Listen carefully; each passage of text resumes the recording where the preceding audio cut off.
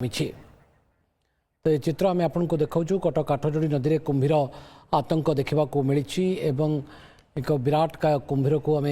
देखिपे वर्तमान सुधा यहाँ देखापी लोकंर भिड़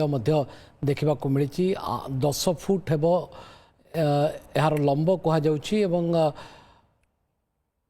कुंभीर को देखापी ब्रिज उपरे लोकंर भिड़ देखा मिली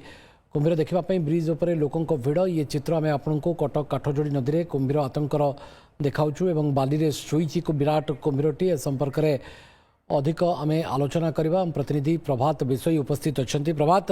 एक विराट कुंभीर को देखु पार्छु जार लंब 10 फुट हेब बोली कहुच्च लोक मैंने कुंभीर को देखापी बेस भिड़ जमाइले सेठी निश्चित भाव में भवानी आप जहाँ कहते कुंभीरटी पाखापाखि 8 ରୁ 10 फुट लंबा है ठीक काठजोड़ी जो ब्रिज रही त्रिशूलिया ब्रिज से ब्रिज मझामझी जब आप देखिए तले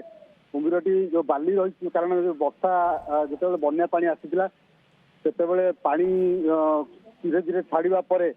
बर्तमान किसी जगार बर्तमान बाली देखा जाऊँगी बाली उपर ही कुंभीरटी पाखापाखि गोटे 1.5 घंटा पाखापाखि से जगार रही